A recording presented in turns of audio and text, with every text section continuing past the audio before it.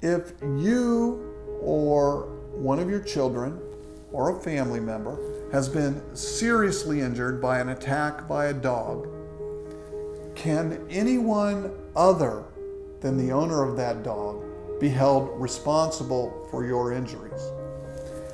And that is a very good question. The answer to the question is that it depends upon the facts. Suppose the owner of the dog gave the dog to somebody to watch the dog, to dog sit that dog and take care of it while they are on vacation. And that dog either gets out or whatever the circumstances are, it attacks you or one of your children.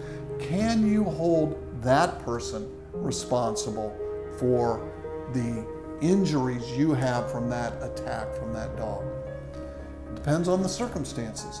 If the person watching the dog knew in advance that that dog had dangerous propensities and they didn't warn you or take appropriate measures to protect you and your children from that dog, then yes, you may be able to get compensation from that person because they knew. Another situation, let's say that somehow the dog is at a business.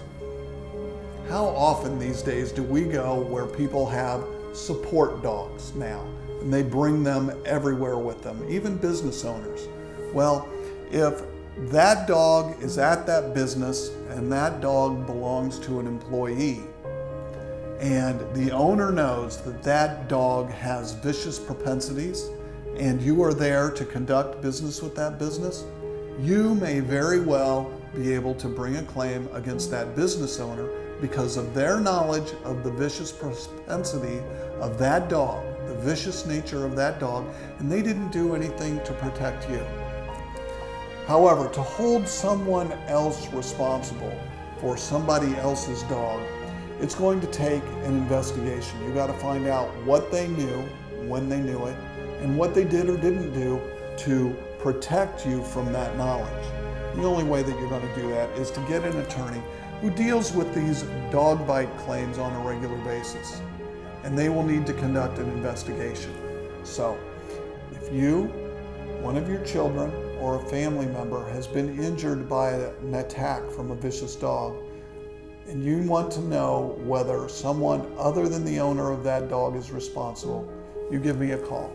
We'll sit down with you, we'll analyze the facts, and we'll see what type of investigation is necessary to make the determination of whether or not someone else is responsible.